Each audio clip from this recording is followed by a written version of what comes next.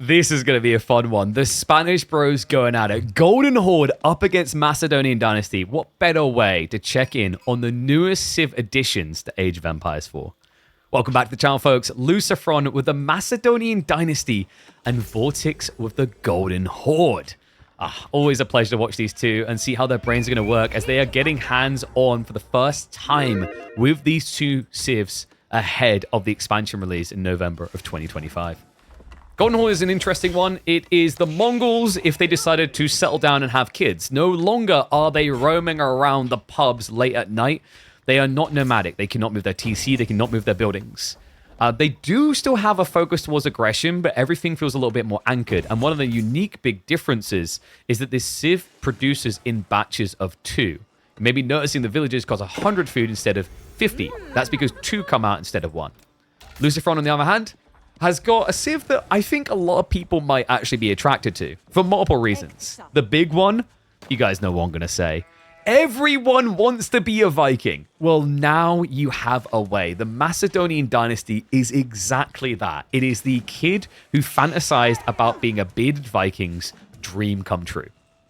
They have expanded the Varangian arsenal. Gone are just the days of the guard. Now you can get your hands on ageofempires to replace the spears, bogmaffer to replace the archers, and Vridari to round out the composition with some heavy cav. Yeah, and I think they're quite straightforward to get to grips. The one thing I'd say with Macedonian Dynasty, it's very reminiscent of French. I think it's going to be a very powerful Civ, but it does require a little bit more investment in focus. And what I mean by that is micro is going to matter a lot more, where you position your units, how you keep up aggression. Because so far they haven't impressed me with their economy, but they have impressed me with their aggression. Yeah, which is why I think this will be a quite interesting matchup. Golden Horde definitely feels like in some ways a more economically focused Mongol Civ later on. But early on, it has the same identifiers as Mongols with that fixation on attacking. And it all begins from here. The Golden Tent, the center of civilization for the Golden Horde. This is where you will level up in the ages, choosing your tiers through tier 2, 3, 4. And it is also where you'll produce your Khan and his elite bodyguards. And we have got Hippodrome in play. I'm telling you guys, this is going to be the way. So the Grand Winery does still exist in the Macedonian Dynasty, but the Grand Winery basically just provides a food gathering buff of 30% in its AoE. It doesn't give silver when eating berries. All your silver gen basically comes from stone and gold mining. And silver is going to be important. Remember, for the Macedonian Dynasty, their military techs or their blacksmith techs require silver specifically to upgrade. Not food, gold, and wood. Yeah, and you get that as a byproduct on the side. So we should see an age up come through. And I wouldn't be surprised if Lucifron... I don't know if he really wants to rush an arsenal. With this type of build, it might be worth doing. So if you get an arsenal down sooner, you'll start generating passive silver sooner. Because the way the arsenals work is it generates based on the amount of stone that's been... Or silver, rather, that's been deposited in the mining camp so far.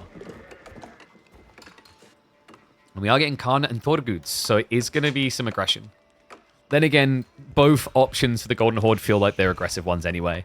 You either make it cheaper and make your Khan and Thorgoods better with more health, or you get building carts, which allows you to deploy them into military buildings. The cool thing, at least, about building carts is it does offer some scaling as the game goes on, as you'll get additional carts per age. But overall, like I'm not surprised to see most people going for Khan and Thorgoods. I think as the dust settles and people optimize their builds, you'll probably see a lot more presence out of building carts because it's good for timing attacks. But when you've got a little bit more looseness and you're trying to figure a civ out, you know, getting a big discount of 20% on the cost of producing units is great. The Viking boat in the middle of nowhere makes sense. Of course it does. Like, you're a Viking, you're stuck landlocked. Do you not miss the sea? Do you not wish for the sea? You know, like, when you cannot game, when you're stuck in the middle of a meeting and it's boring, is it not logical that you just open up KillerPigeon on YouTube and watch one of the incredible Age of Empires 4 videos he's got so that you can get your dose of gaming when you can't game? All right? This boat in the middle of nowhere is the equivalent of that. Doesn't seem so crazy now, does it? Okay, and there's the Varangian arsenal. So remember, this is going to allow him to get his blacksmith attacks, but it's also going to start providing additional silver passively each minute. Stables play. Vortex looks like it's just going full cav. I'm really not surprised. It's quite funny to see that we're going to be getting full cav from Lucifron, though. The full cav approach makes a lot of sense for Golden Horde. Most of what makes them unique is actually focused around cavalry. So you've got the Khan, you've got the Torguds, which are also cavalry, and then you've got the Keshiks, which you can still build as the Civ. And later on, you get access to a horse archer unit. So there's a very big desire to just remain mobile, and I think it's where the Golden Horde is going to look best. And what is up, Type Error? Appreciate the sub. Remember, guys, get those subs in. Do as Type Error does. It supports the channel incredibly well. Yeah, it's not easy being a content creator. Wow. I don't know, that sounds like intelligent. It's not easy making your bills meet as a content creator. So you guys really do help when you donate like that. So thank you. The Khan does not heal, but the Khan can be healed by the Torguds, which he just built. So when out of combat, these guys will heal the Khan. They'll also take damage for the Khan instead. And these guys are basically Keshiks, so the way they heal themselves is by fighting. Okay, so Lucifron. I like this idea, actually, with the Scout, against Golden Horde specifically. Because the champions that you produce out of the Hippodrome, you get one of each. You get a champion Scout for free, then a champion Horseman, and then eventually a Radari with different buffs. And the Scout specifically gives increased torch damage, which would make him great for taking out this Uvu. Yeah, 35% increased torch is pretty high. I like this. Instead, he goes even deeper. He's like, okay, I'm going to idle out the gold so you can't build cavalry, and then just poke at the Uvu when you won't fight me.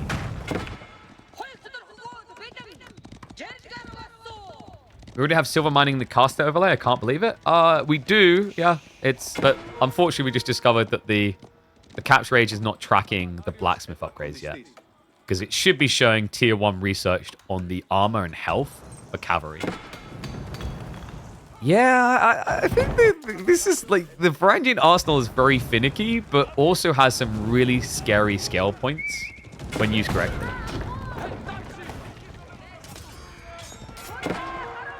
Now flash coming in. Whoopsie, he gets trapped. Great leverage of the Horsemen. So the Keshik has to stand his ground. He's trying to break out. Not going to be quick enough. Oh, he's got the extra one. He gets the final strike in. So Keshik goes down. Horseman stays alive. Uvu's going to be falling soon. Other side of it, there was a diving attempt, and it ended up costing him, looks like the Scout. The Vortex riding a bit blind in here. Yeah, you do not have the Scouting Falcons like the Mongols have. Uvu does get burned. Great start by Lucifron. And we do have a switch now into the Adgimafa. So this is going to be the Spearman of the Macedonian dynasty. You do pay a little bit more for these guys, but in fairness, you also do get extra HP. You get an extra 10 HP. As well as the attack speed buffing ability, where when there's more angry Vikings nearby, they attack a bit quicker. I'm actually pretty impressed by this, and this just got a lot better, by the way. Lucifron, I'm impressed he won the fight before the Horsemen arrived. Now with the Horsemen here, the Hippodrome Horseman, he's buffing all the other units in range's damage by 2. Yeah, so all of a sudden the Keshiks that were struggling are going to find it a lot harder to hold on. What is up, Inferno Extreme? Thank you very much for the sub, mate. Legend. Keep him coming. Feels like Macedonians need to commit to upgrading one unit type. Yes, it's something I noted. And if you guys have not watched my informational video on the Macedonians on YouTube, I recommend checking it out after the stream. They feel like the type of Civ that is going to struggle with unit transitions regularly. So when you're playing against Macedonians, I think it's going to be easier than against most Civs to get cheesed. But when you start realizing that you need to unit switch, that's when Macedonians are probably going to get caught off guard quite easily.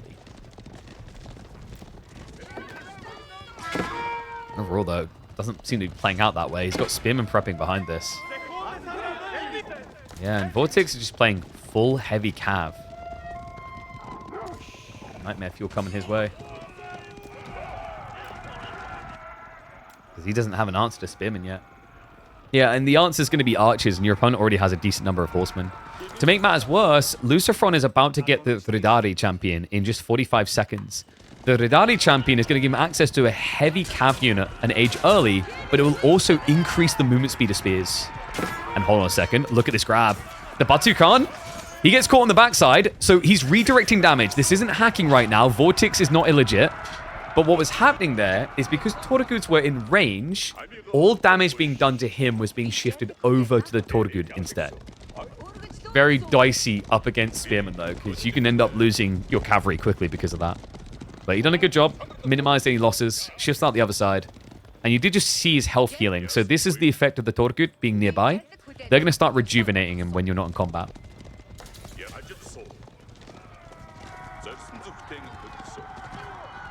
It is admittedly quite slow.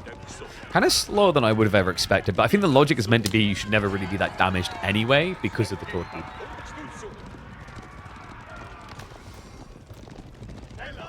Is it wrong?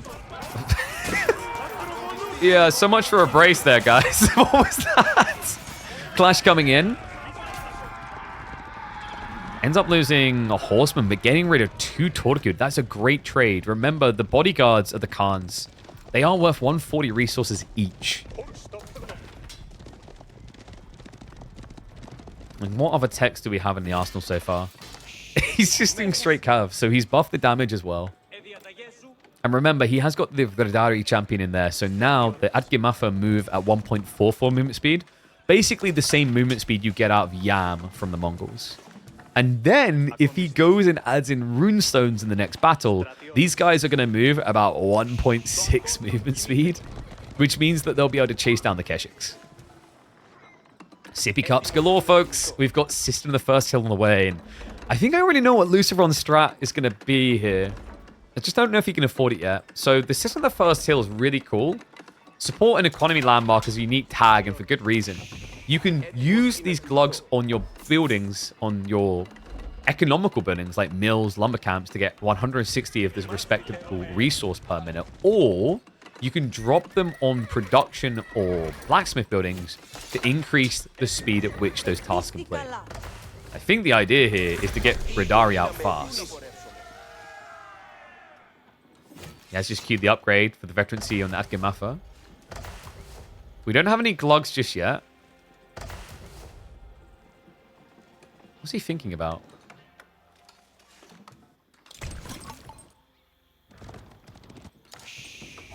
I'd love to see him just actually start pumping out Radari, but he might just be waiting until he's got enough resources to glug them. We've got 4 deer gathering as well. Other side of this vortex, no stockyards yet. So stockyards are the replacement for pastures for the Golden Horde, and they can support 4 villagers gathering sheep. At 250 wood, that actually makes them quite cost efficient compared to farms.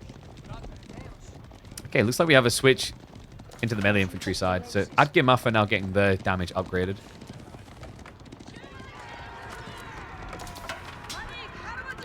Outposts are going to offer up protection. The Adgimafa not here yet. He's still not using the runestones.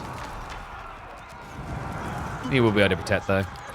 Yeah, it just rushes a repair as well. By the way, the toxic mangonel towers are back. So, have fun with that. And has he started glogging?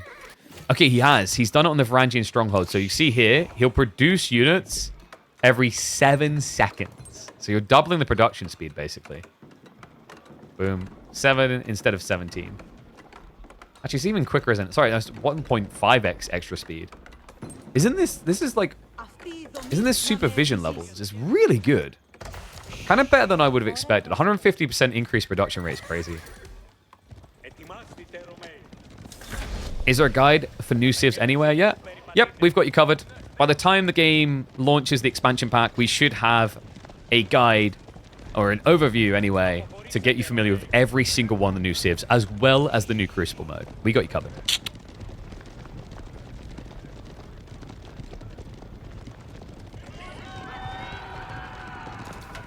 So, good question about the damage being redirected. It should be the damage that the Khan was going to register through his armor is the damage you then receive on the Torgut. So, that means you have to be really careful against spears.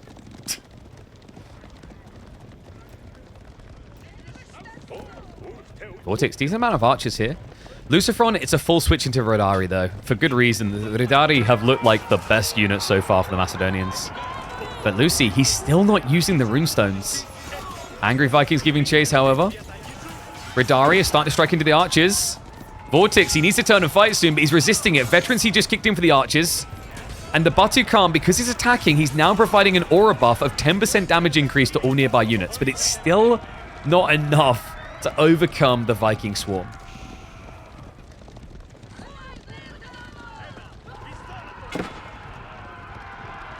Lucifron. Still no runestones, man. I've been seeing this a lot as people get into grips with it. It's just so easy to forget to do. When you click on the unit, you want to press LBT for people by default. The runestone would give him the movement speed to chase this so much easier. Not to mention +1 melee damage on everything he's currently building.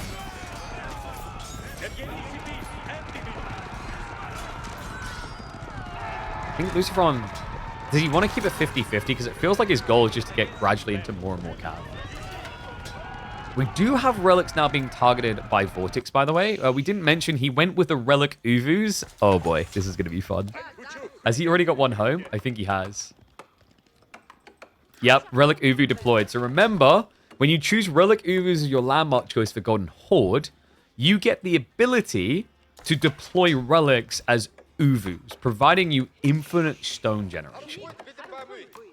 Yeah, and this can scale, by the way. You already now get 20% more stone from Uvus. You can add extra tiers in with the Uvu offerings, making it an incredibly efficient choice. Can you use them as gold later? Yep, you can just demolish them and then deposit them in a monastery if you want to. Of course, it's getting rid of the 4 defenses. And we do have the runestones now. Here we go. Yes. The movement speed, the damage buff. This is where things will get scary for Vortex. Gap close is just so quick. And he's got axe thrower mode, so he's just trying to target fire down the archers. By the way, the plus melee damage does also apply to those axe being thrown. Wrap around the back. Vikings clubbing from the side now. Lucifron, though, I think he's losing a lot of steam here. Vortex found the perfect moment to turn and fight. Keshik numbers look good for the moment. We're getting to the tail end of the fight, though, and it's pretty much equal count of heavy cav in the engagement, but it looks like the archers are going to be the turn point. Able to overwhelm. Vortex will take the win in the direct clash. Lucifron, this is a troublesome moment in the game. He's been playing pocket resources with a lot of tower defense. I think he's struggling to just tech 2 units at once here. Yeah, kind of shocking, actually, just how easily the Vortex was able to hold that in the end. I wonder if Lucifron would have fared better if he'd leaned more into heavy cav and a bit less into spears. Because then Vortex would have just had deadweight archers, and you could just kite him, because remember the Keshiks are slower than the Ridari by default. Like, even without the runestone, Ridari are quicker than other heavy cav. So the idea there is that you go axe thrower mode, and you just throw at him and kite, and throw at him and kite. And then by the time you're engaging, your opponent's like half HP on a lot of his Keshiks. Alright, we've got more relics coming in. These ones actually getting deposited. That might have been a misclick, though. I really hope that he starts just deploying them on the spot. I think that will become a strategy as Golden Horde develops.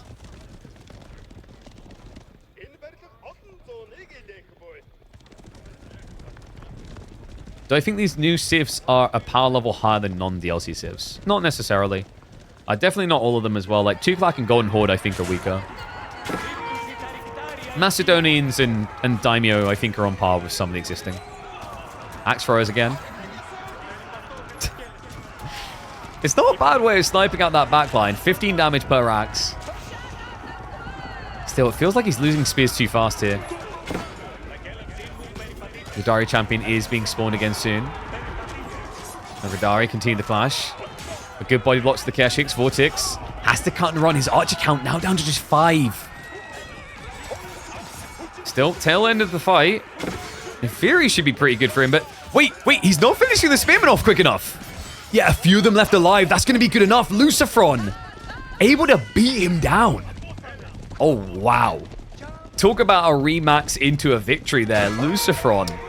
Considering how the last fight went, I think what mattered most was at the tail end, a lot of these Keshiks were looming around half HP. So Lucifron with a remax, able to get that death push going. I think he might have been glugging with assist on occasion to pump out the Ridari quickly. I've got some fortified outposts up from Vortex, so very hard to breach these at this point with a small army. But it looks like the goal is denial of gold. And the relic split is actually evening up a little bit, so Vortex will take the advantage 3-2. But Lucifron has got a leg in that game. Wouldn't Lucifron's archers be better? And they're not bad against the Keshiks in theory, but you've already seen a priority on ranged armor here, weirdly enough, from Vortex, even though there's no ranged units. It's actually quite funny. For Vortex, getting melee armor would have been a game changer for him, I think. But yeah, going archers, going for the Bogmaffer makes no sense because your opponent already has ranged armor.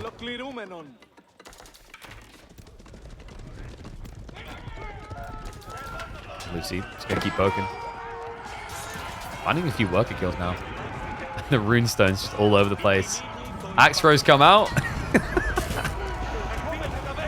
Oh, they're so good. Who's excited to play Macedonians? Come on, like one's in chat if it's the Civ you want to play the most.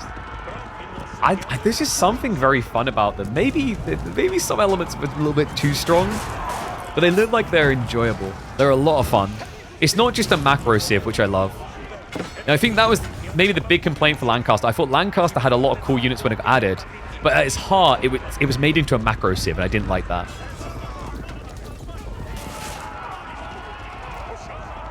Angry Vikings gaining more ground. I think Vortex needs to get some big upgrades in soon. He's got the stone necessary for it. This would make a lot of sense now to go for the stable reinforcements, which would increase the amount of Keshiks he's producing by 50% without any additional cost. He just needs to stockpile 10 more stone, then queue it, and then survive long enough. But it would be a huge boon to his defense.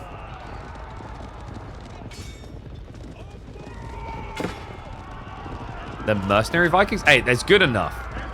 You get Vikings, you still complain about technicality.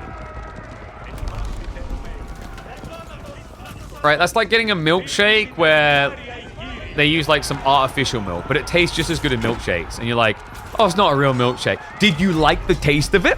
Did it make your tummy feel good?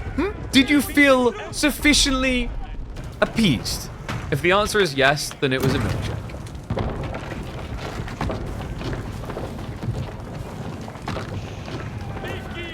Right now, the Vikings milkshake is bringing all the boys to the yard. There's a lot of them. Almost 20 Radari. Is Vortex maybe considering an edict switch instead? What did he go for? Wait, what did he spend his stone on? Oh my god, he used it to reproduce Tortugud. So he put all that stone into additional heavy cav instead of just going for more Keshiks with the stables reinforcement.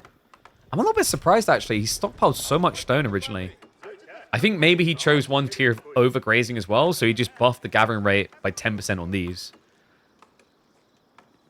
The next step for him actually might be to start prepping the stockyard edict, which allows him to generate gold with all of the stockyards in range. Ah, no, that's what he got. There we go. Nice. Minds think alike. So he has now got the ability to generate gold. This generates gold at the same rate as enclosures for English. It's pretty damn good to buff him up there.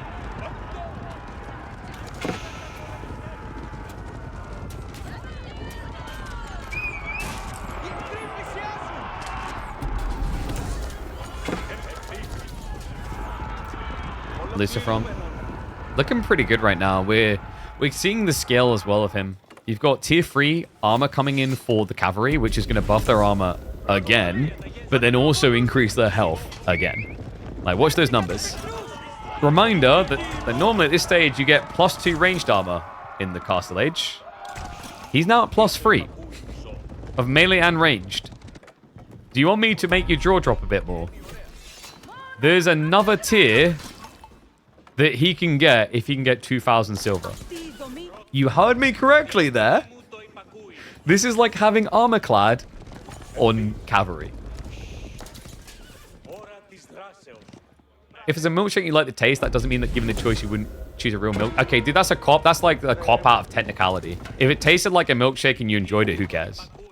If it didn't have any negative health benefits, or rather negligence or something to worry about compared to a normal milkshake, who cares? It was a milkshake. As long as there wasn't a deep, dark secret behind it, who cares? It was a milkshake. Now I want a milkshake.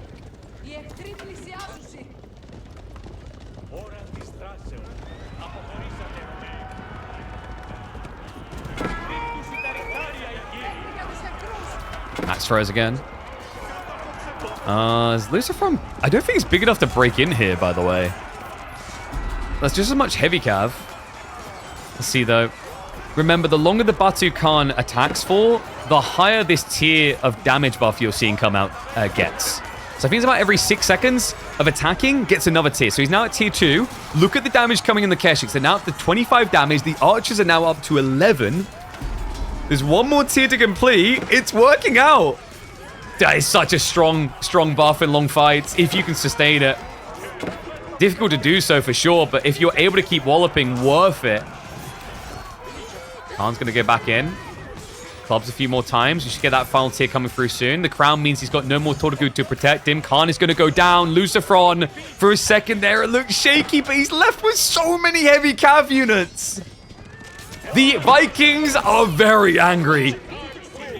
And very uncounted here. Vortex now trying to switch into Spearman, but it's looking a little late for that.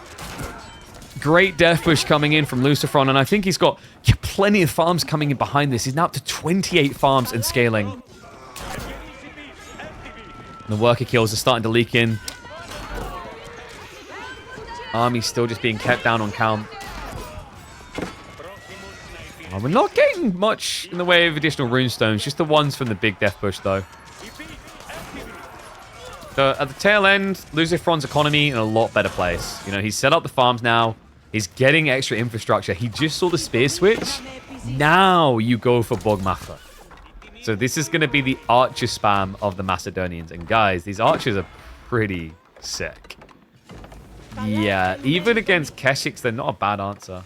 And runestones, to answer that, they have a duration of 150 seconds, and then they disappear. They cannot be destroyed. You just have to stare at these obnoxious carvings that the Vikings made in your base.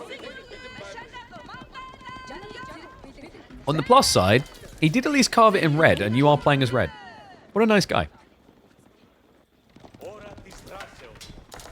Oh, okay, wait. It looks like the UI is now updating for the Arsenal. So maybe it's... Is it tier 1 doesn't show or something? Oh, I see what the problem is. I just realized what the problem is with the Capture Age UI. The Capture Age UI tracks melee and ranged, but it doesn't track cavalry. So the UI does work for what it shows. That's a hilarious oversight. So they need to add in the cavalry text, the UI, basically.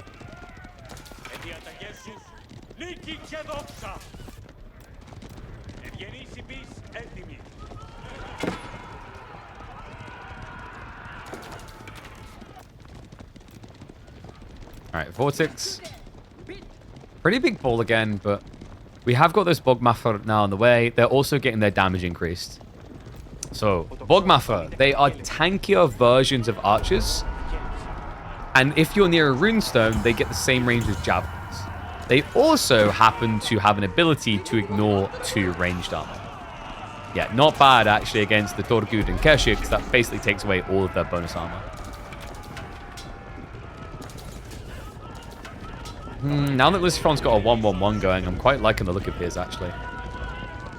Food income is still really good for Vortex, and with a lack of great gold access, he's still going to have this income in the gold department with the Stockyard Edict. Would be a good idea to leave your infantry in the middle and raid. I think for Lucifron, he's just kind of in a death push mode, because he feels that his army is stronger, and he's right to feel that way. But the runestones, most definitely. Baits the clash, pulls back slightly. Radari Champion is going to be on the way to provide that movement speed buff soon, but the main clash looking good here. I'd love to see him start using the unwavering focus. It's a static fight, which means the archers would just get more damage. Not that they need it. I mean, it's just absolutely demolishing. Batu Khan just taking too long here. In the ultra late game, when you can afford a meat grinder, I think that's when you're going to see this Batu Khan buff be really good. But in skirmishes like this, or fights that end too fast rather, it just doesn't get the percentile damage buff quick enough. Once again, into the breach. We've been here before. Vortex, last time barely held on. This time, it looks like there might not be anything left to hold on to. The only upside for him is that there is no additional runestones. There's no usage of the minus armor from Unwavering Focus, or rather the armor ignore. He's going to be a retreat safely towards the runestones and re-engage. Vortex with only a handful of Keshiks left over. Looks like this game is over. What a fun game, actually. maybe, like, this is the thing. You see new civs like this, the back and forth tug of war. Maybe you eventually get bored of it because you've seen it a lot. But when it's fresh, it's incredible.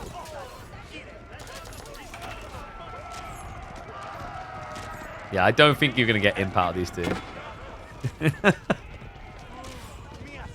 Which is a shame. I think Golden Horde really starts to come into their own at that stage. Macedonians are kind of intriguing. I think there's value, but their value is like on a bigger trigger delay because of how expensive the silver investments get. Like, we already talked about tier 4 barding costing you 2,000 silver. So that would take him 4 minutes to get the resources for that on the current income. And reminder, the way he's generating silver is by gathering gold and stone. But then also, when he's placing these arsenals next to the mining camps, after you've cleared a stack of gold or stone or whatever, this stays permanently. And then what happens is you are able to generate silver based on this number. You get 12% of this number every minute. That's what the Varangian arsenal is doing. So yeah, the little tip, basically to make it simple to people, is as you build out and go to these new mining camps, always drop a Varangian arsenal when you're done to start generating some silver. Vortex in desperation mode. He's going to go for a flank raid. Radari are going to start reacting. We do have Yam Network queued up, but oh yeesh, that's going to take a while. It's actually kind of crazy how long you have to wait for a tech up with the Golden Horde. 2 minutes and 20 seconds to get Imperial Rage. I don't know why they made it longer for them compared to the Abbasids. Luciferon now in prime position. He's got the 6 tower range. I mean, Vortex can't even step up. Fortified Outpost now in trouble. More workers going down. That also means that a lot of his food income is getting idled out. This is like the worst possible situation for him, teching up and being dove like this. Because Luciferon's not stopping. No, he's queuing up more. He knows. He can see it. You know, I don't know if you guys have noticed, but it's not so subtle with the Golden 10. There's something about it that lets you know someone is teching. I can't quite put my finger on it, but there's definitely something that suggests age up is occurring. And I think Luciferon noticed. He's like, he's building siege. It must be siege. He's building siege. Wait a second. Damn, it's been a long game. I just realized, looking up, 32 minutes now. Yeah, with these farms getting shut down, his food income is starting to plummet a bit. Luciferon has a clear lead in that department. He could age up as well if he wants to, or just keep pushing. Another cool thing about this for Luciferon is because he went for Yam Network trade, that's the tech choice that generates 60 gold per outpost up to a maximum of 6 outposts. So you just removed 120 gold that you would have got at the start of the age up per minute, as well as all the food alongside it. Look at the runestones. I don't think this is quite enough headstones for all the corpses that just dropped here, but we'll take it.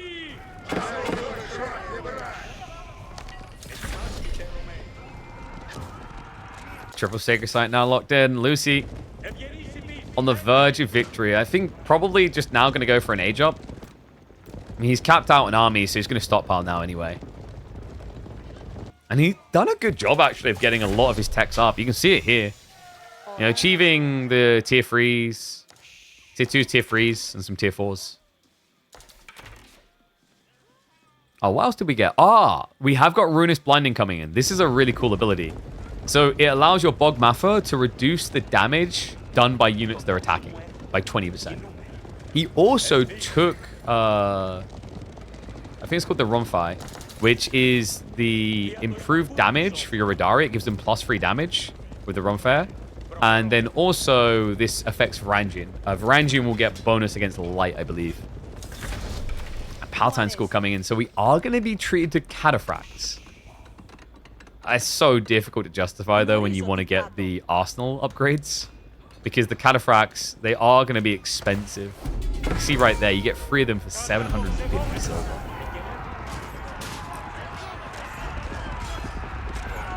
Big Clash coming in. He's trying to punish him before elite techs come through. Vortex did just get his elite archeries.